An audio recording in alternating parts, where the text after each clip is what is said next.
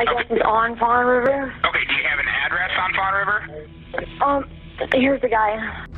On the fog-laden evening of November 30th, 2018, 23-year-old Brittany Shank vanished under circumstances that continue to baffle investigators. She was driving her boyfriend's car along Fawn River Road in Sturgis, Michigan. Brittany veered off the road amidst dense fog. She was last seen walking barefoot and without a coat, knocking on doors and seeking assistance. Despite these desperate attempts, she never returned to her vehicle. Her whereabouts remain unknown. Witnesses described Brittany as appearing disoriented, with visible scratches on her arms and feet. One resident attempted to call 911 on her behalf, but was hindered by poor cell reception. In the hours before Brittany's disappearance, she was reportedly in the company of an unidentified man, described as being between 5'6" and 5'8" tall. He had blonde hair with distinctive sideburns. Authorities have released a sketch of this individual, hoping to shed light on his identity and whatever potential involvement he may have in Brittany's case. The Michigan State Police continue to investigate, urging anyone with any information to please come forward. As the years pass, this mystery deepens, leaving a community and a family yearning for answers. In the summer of 1978, 16-year-old Tammy Lynn White and 19-year-old Robert Allen Frank set out from Virginia Beach, hitchhiking toward Florida. The young couple were full of hope and had plans to start a new life together. But those hopes and dreams vanished along the way. On August 28th, Tammy's body was found in a ditch on Mount Zion Church Road near Rockwell, North Carolina. Miles away, Robert's body was discovered later that evening near Interstate 85 down an embankment. Tammy had suffered 3 gunshot wounds to the head, her body showing signs of additional brutality. Robert's death came from a single gunshot to the back of the head. Investigators were confounded by the separation of their bodies and the vicious nature of the crimes. The motive and killer or killers remains a mystery to this day. Despite decades of effort, the case remains unsolved. The families of Tammy and Robert continue to hope for answers and justice, ensuring their story is never forgotten. On the evening of September 16th, 1977, Robert Louis Christian, a bright-eyed 18-year-old freshman at the University of Wisconsin-Madison, set out on a short drive from his home in Madison to Baraboo, Wisconsin. A passionate outdoorsman, Robert was eager for a weekend of bow hunting with a friend in the Baraboo Bluffs. After having dinner with his family, he packed up his hunting gear and a change of clothes. Then he drove off in his AMC Hornet station wagon around 5:30 p.m. Robert's trip should have taken less than an hour, but Robert never arrived. At 9:30 p.m., his friend's mother called Robert's parents. She was worried. Robert hadn't shown up yet. Soon panic set in. His mother, Carolyn, immediately called law enforcement. But the police initially refused to file a report, dismissing it as a teenager who was probably out partying. The next morning, Robert's father, Louis, and his younger brother, Mike, decided to take matters into their own hands. As they searched the rural backroads of Sauk County, they made a chilling discovery. Robert's car was abandoned on a secluded lane near a state patrol relay antenna on Tower Road, an area known locally as Lover's Lane. The vehicle had been stripped. Its tires, battery, and license plate were all missing. Inside, Robert's high school jacket and his change of clothes remained.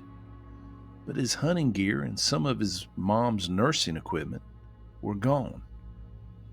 No signs of a struggle, nothing.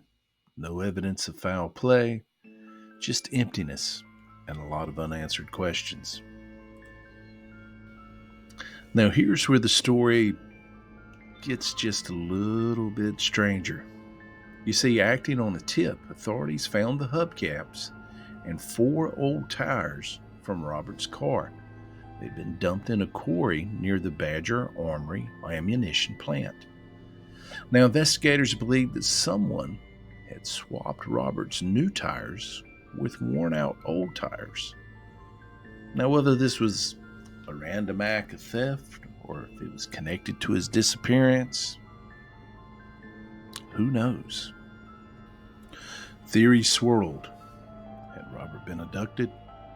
Did he witness something he shouldn't have? Was he the victim of an opportunistic crime? Or did something more sinister unfold on that deserted road? Tragically, just 3 short years later, the Christian family suffered yet another devastating loss. Robert's 22-year-old sister, Catherine, was unalived in a tavern fire that was deliberately set by the Ghost Riders motorcycle gang. Despite the eerie timing of it all, investigators found no link between the crimes. Now, to this day, Robert remains missing. His fate an unsolved enigma that haunts Wisconsin's cold case files. Was he lured away? Did he unknowingly step into danger? And who, if anyone, really knows the truth? Robert's family has never stopped searching. They've walked the dense woods of Sauk County continuously, hoping that somehow, some way, they might find the answers that have eluded them for nearly 5 decades. If you have any information regarding this case, please reach out to the proper authorities.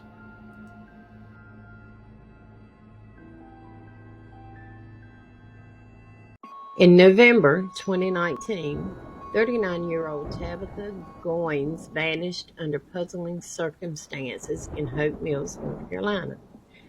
Tabitha, a mother of 4, was last seen with her boyfriend, Dennis Lesane, fleeing into the woods after an alcohol law enforcement raid on a residence along NC Highway 87 South.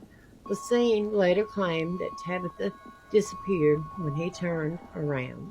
Tabitha's glasses and a knife she often carried were later found during a search of the area, but no other trace of her was uncovered.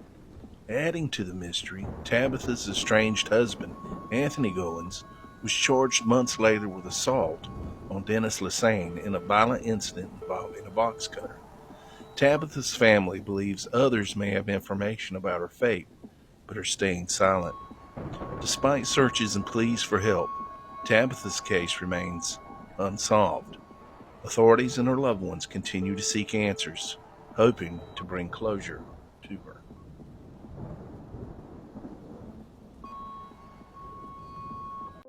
Daniel Moses, known as the Barbecue Man of Rich Square, North Carolina, was last seen behind his home on W.J. Duke Service Road on the morning of June 16, 2011. He left his cars and motorcycles at home and hasn't been heard from since. Authorities discovered Moses was missing after his house caught fire later that day. The fire destroyed the home. However, his barbecue tools were laid out and the air conditioner was running. Investigators suspect the fire was accidental due to faulty wiring, but his family is highly suspicious and believes it could have been arson. Moses, a retired truck driver, had 10 siblings and was known for selling barbecue chicken to neighbors. He always kept in touch with his loved ones, making his sudden disappearance unusual. Days after he vanished, his phone pinged from a tower in Virginia. Moses is considered missing under suspicious circumstances, and his case remains unsolved. In 1975, Steve Lewis Arrowood Jr. vanished mysteriously from Gastonia, North Carolina. He left behind an uncashed check and a tangled web of secrets. Steve's affair with a married woman led to threats on his life. Despite returning home, he feared he was being followed. On April 3rd of the same year, he vanished after last being seen with a friend. His car was found abandoned, the keys still in the ignition. Suspicion fell on the woman's husband, but no charges were ever filed.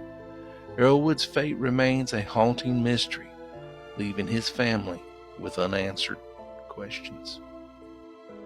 If you have any information about this case, please contact the proper authorities.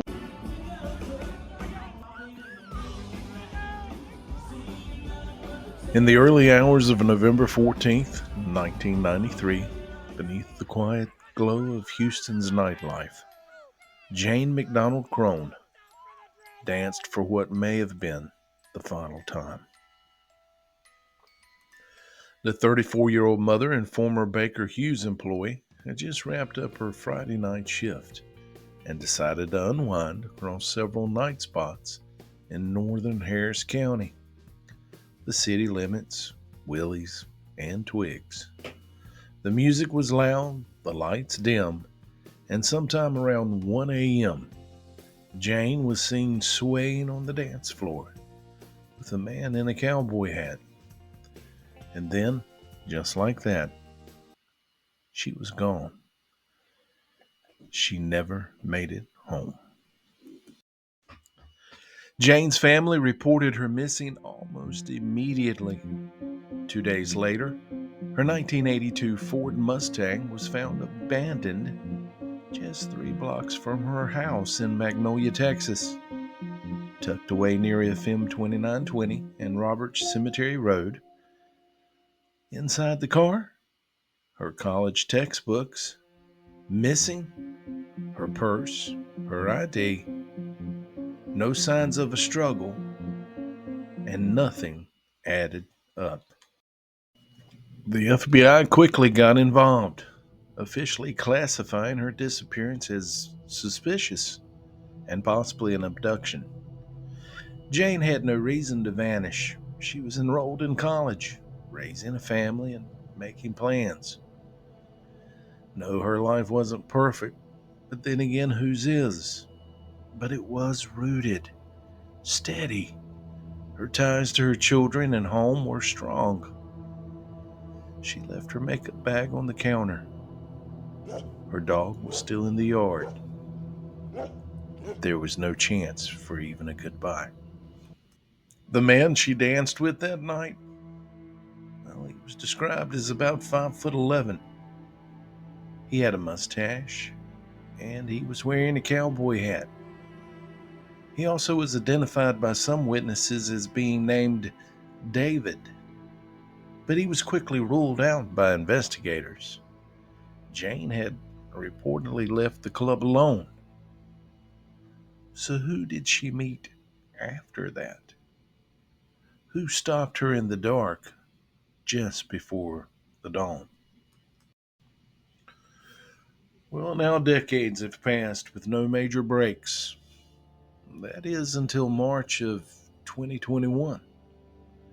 News exploded online when a homeless woman was found in Monterrey, Mexico. It triggered whispers of a miracle. She didn't know her name, but she did have an American accent. Photos began to circulate. Could this be Jane? The resemblance sparked hope, but was it short-lived? Unfortunately, that was the case. DNA tests confirmed she was not Jane McDonald Crone.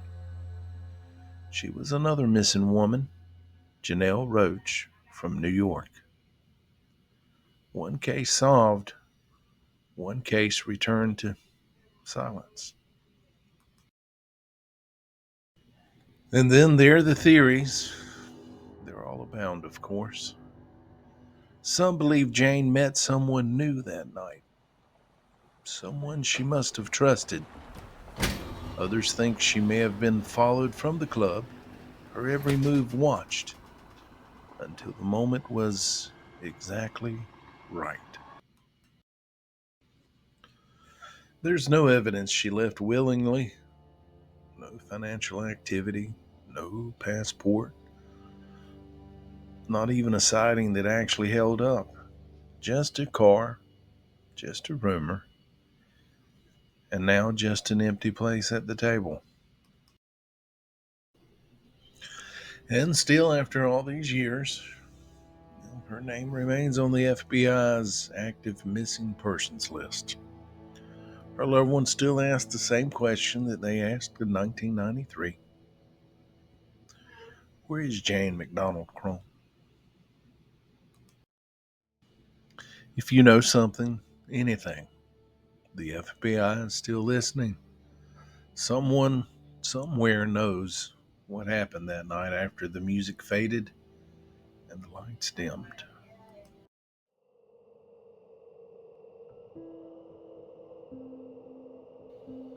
She was just 6 years old.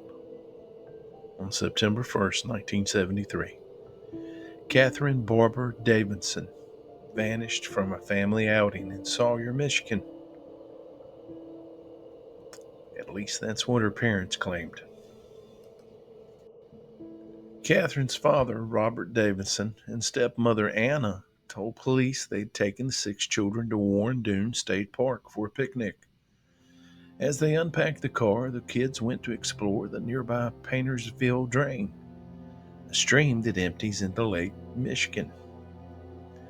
Just 15 minutes later, all the children returned, except for one, and Catherine was gone. The only clue, a small pair of green underpants found near the drain, but no one could confirm if they were Catherine's or not. The official search spanned miles of wooded dunes and shoreline, but Catherine had seemingly vanished without a trace. What puzzled the investigators even more was the rather odd behavior of her parents.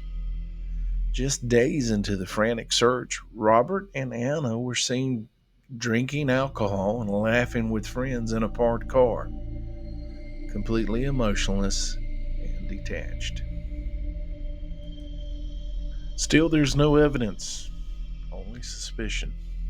And for decades, this case went cold.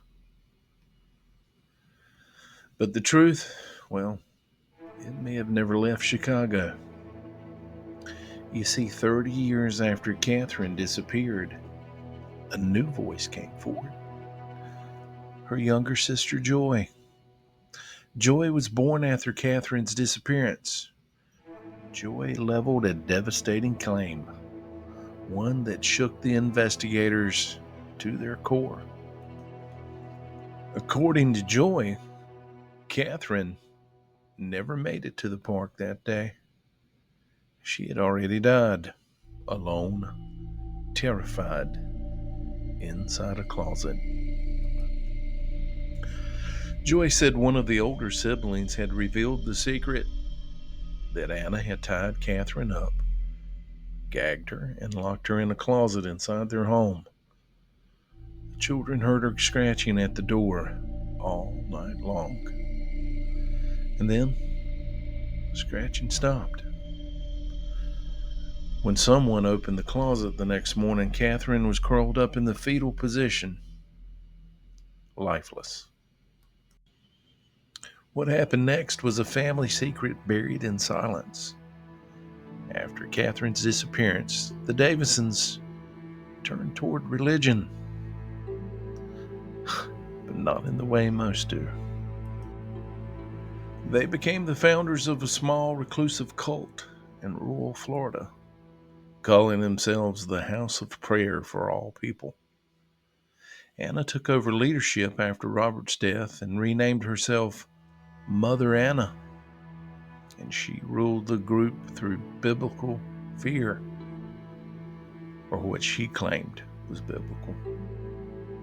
She separated children from their parents, demanded money, food, and complete and total obedience. She wore robes, forced beatings, delivered whippings, and claimed all the while that she was cleansing sin. Among her victims were two little boys, Marcos Antonio Cruz and Eamon David Harper. Marcos, just a toddler at the time, was labeled full of the devil, and Anna ordered him abandoned at a church in Puerto Rico. Little Marco has never been seen again. Years later, after Marcos, Eamon, he was just 2 years old, starved, tortured, and allegedly unalived by Mother Anna. Witnesses claimed his body was hidden in a straw hamper and burned in a fire. Anna simply told others he'd been given to monks. For years, Mother Anna evaded justice. She just served 6 months for earlier abuse, and then she disappeared again. When she was finally found in 2000, she had been laying low in Georgia. That is, until her daughter Joy came forward again in 2017, determined to expose the monster behind her supposed holy veil. Joy told authorities what she knew about Catherine, about Eamon, and also about a little girl named Katonia Jackson, another child who died under Mother Anna's control. Her epilepsy medicine had been withheld, and little Katonia was left to suffer. Former cult members confirmed the accounts, and Anna Young was arrested. In February 2021, Anna pleaded no contest to murder and manslaughter. She was sentenced to 30 years in prison, but she only served 33 days. She died behind bars at the age of 79. No one's ever been charged in Catherine Barbara Davidson's disappearance, or Marco Cruz, or Katonia Jackson, or little Eamon Harper. Their bodies have never been found, their names nearly forgotten. What all happened in that house of secrets?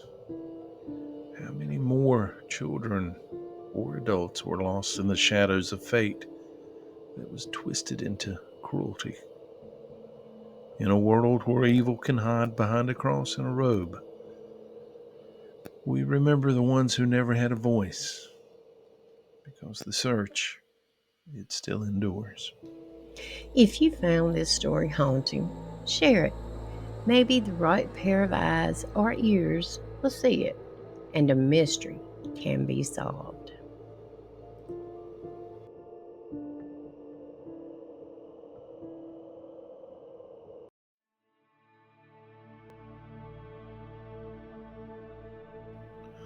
The small town of Havelock, North Carolina, holds a dark secret, a mystery that has lingered for over 28 years. It's a sad tale of a brutal crime, 2 lives tragically cut short, and a community still searching for answers in the shadows of the unsolved. This is the story of James Lucas Smith IV and John Philip Mattmiller. James was just 19 years old. He was at a crossroads, a family-oriented young man. He'd recently stepped away from university to build a more fulfilling life, closer to home. That path led him to John Mattmiller. John, 37, he shared James' love for comic books and Civil War reenactments. It was John who helped James get a job at the Woodson Music and Pawn Shop. For months, the two worked side by side, unaware that they were moving closer to a terrifying fate. The date was November 19th, 1997. Around 1:30 a.m., Havelock police, making a routine round, noticed the back door of the pawn shop opened. Inside, they uncovered a scene of staggering violence. Both James and John had been bound, their heads duct taped, brutally beaten, to death. Investigators believe the weapons used were golf clubs, struck with such force that the clubs shattered. The cold, calculating nature of the attack, it pointed to at least 2 perpetrators. The motive? Well, it appeared to be robbery. 6 handguns and roughly $30,000 in jewelry were taken. Yet, strangely, other high-value items were left behind. The selectivity, it hinted at targeted theft, something more intentional than just a random smash and grab. A suspect sketch was released a year later. It was a lead, but one that didn't crack the case. Then in the year 2000, a glimmer of progress. Some of the stolen handguns were indeed recovered. The recovered weapons pointed investigators to a Timothy Williams, a former pawn shop employee. Williams freely admitted he had purchased the items shortly after the murders, but he also claimed he didn't know they were stolen. Williams said he bought the guns and jewelry from a man known as Johnny Red Rodriguez, whom he had met at a party in Morehead City, North Carolina. Rodriguez became a key person of interest. Rodriguez reportedly had distinctive tattoos on each finger, a detail police hoped would jog memories. Despite these clues, no arrests have ever been made. Over the years, new theories have emerged. One particular menacing theory suggests a connection to the Pagans Motorcycle Club. They were active in the region at the time, and some believe the stolen firearms were meant for gang activity.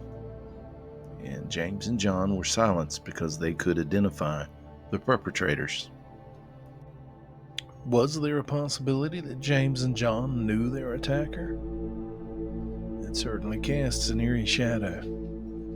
The way they were bound suggests control, and maybe familiarity. Was this a targeted hit disguised as a robbery? In 2024, technological advances breathed new life into the case. Evidence from the crime scene was submitted for advanced DNA analysis.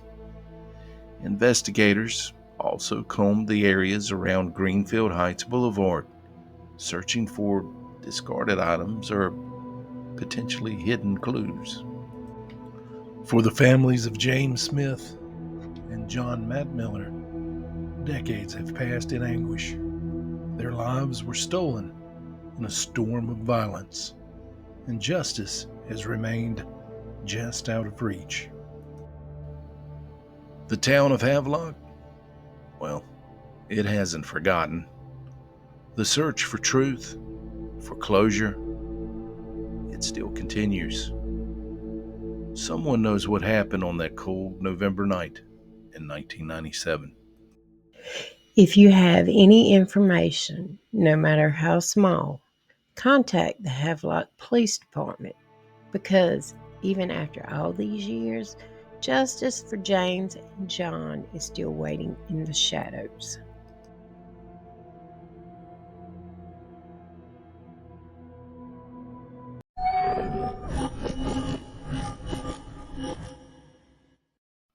On the evening of June 3rd, 1991, a truck driver named Eduardo Colon arrived at the Super 8 Hotel near the intersection of Interstate 40 and Interstate 25 in Albuquerque, New Mexico.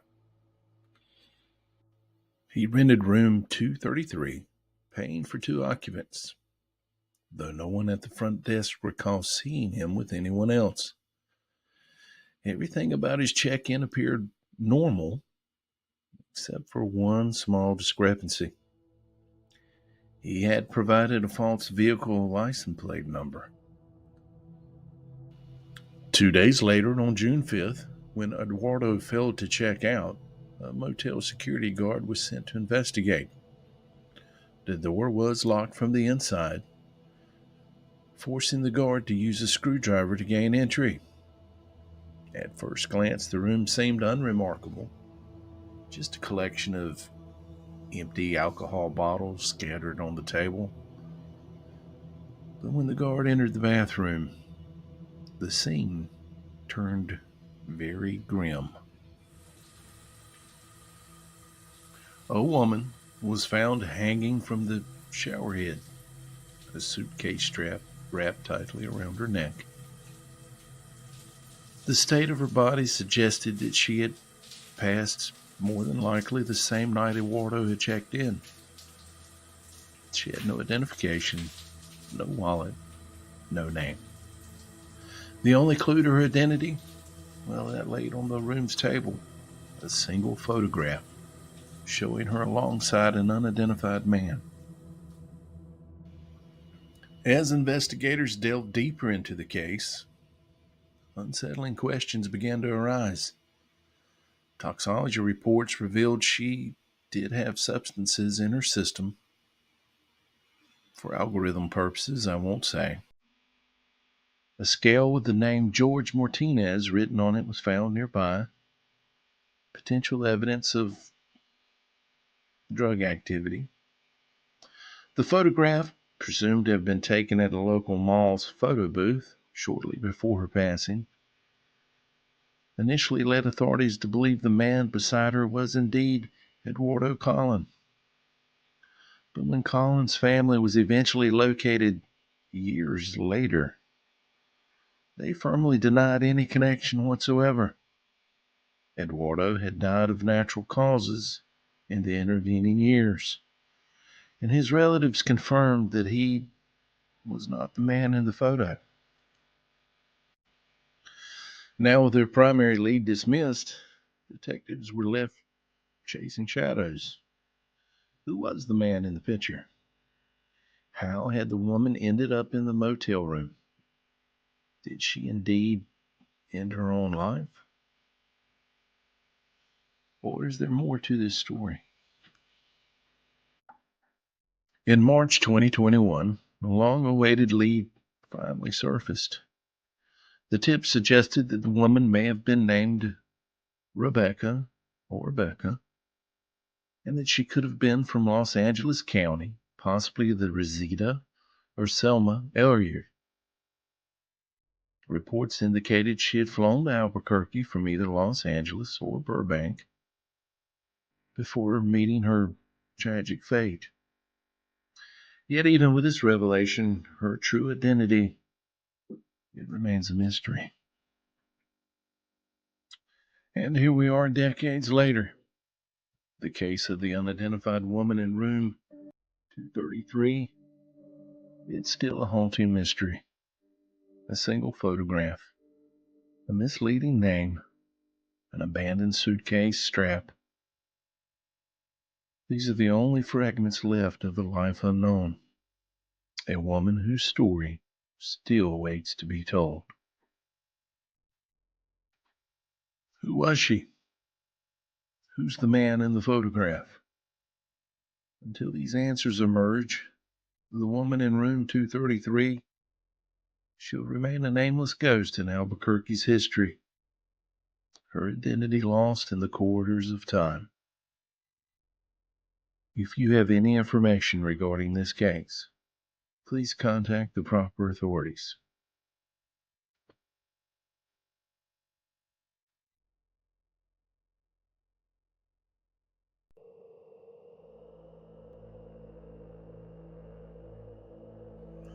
As Halloween night fell over Chattanooga, Tennessee in 1953, the neighborhood of Rossville Avenue was cloaked in jack-o'-lantern glow and distant laughter.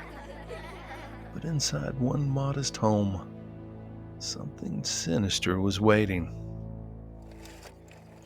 60-year-old Myrtle Morgan had just settled in for the evening, and at 7:05 p.m., she placed a call to a friend. The two chatted briefly until Myrtle paused. Wait a minute. I heard a noise. I think it's Buster's dirty-faced cat.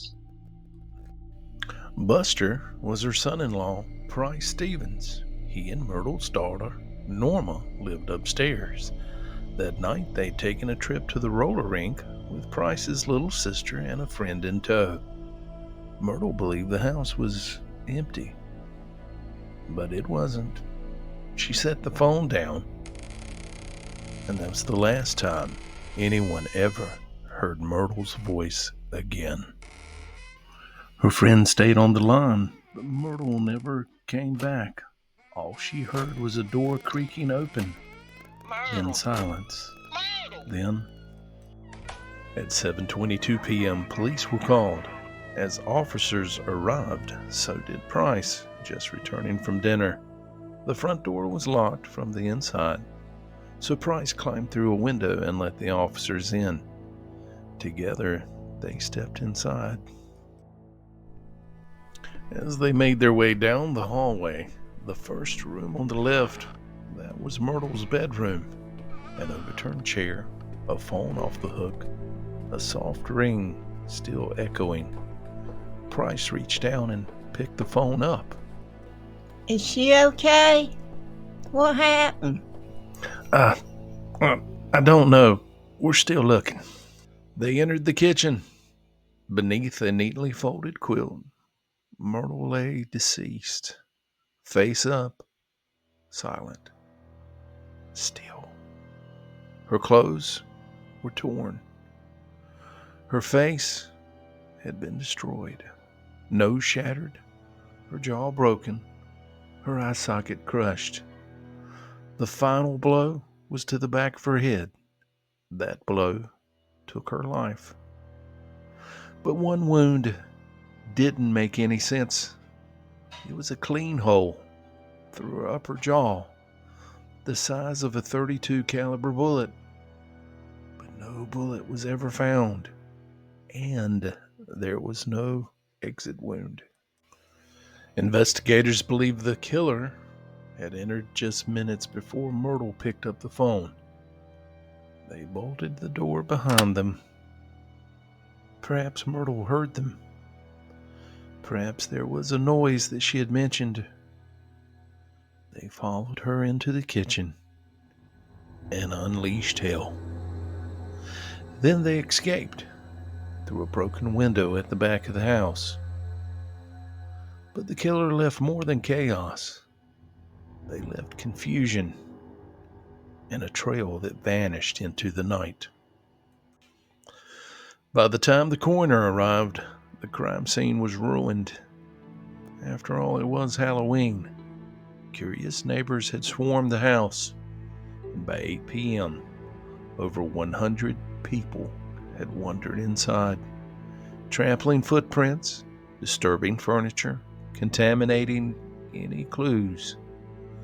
A ransacked dresser was found in Myrtle's room, but no one knew what had been taken. Taken by the killer? A curious onlooker just looking for a souvenir? Who knows? Myrtle's husband, George Morgan, was a disabled World War I veteran, and he had lived in a veteran hospital for years. Myrtle, she was getting by on his military pension. She had no known enemies, no debts, no hidden secrets that anyone could uncover. Everyone was questioned, family, neighbors, even known prowlers. But no arrests were ever made. Myrtle was laid to rest in Greenwood Cemetery. Her husband passed away in 1972. Her children, Norma and Jarvis, well, they've also since died. No one's left to demand answers. No one left to name a suspect. Just a phone call, a creaking door, and a mystery that still haunts Chattanooga to this day. The phone line went dead, and Myrtle Morgan lost her life. And just like that, the murderer vanished into the dark.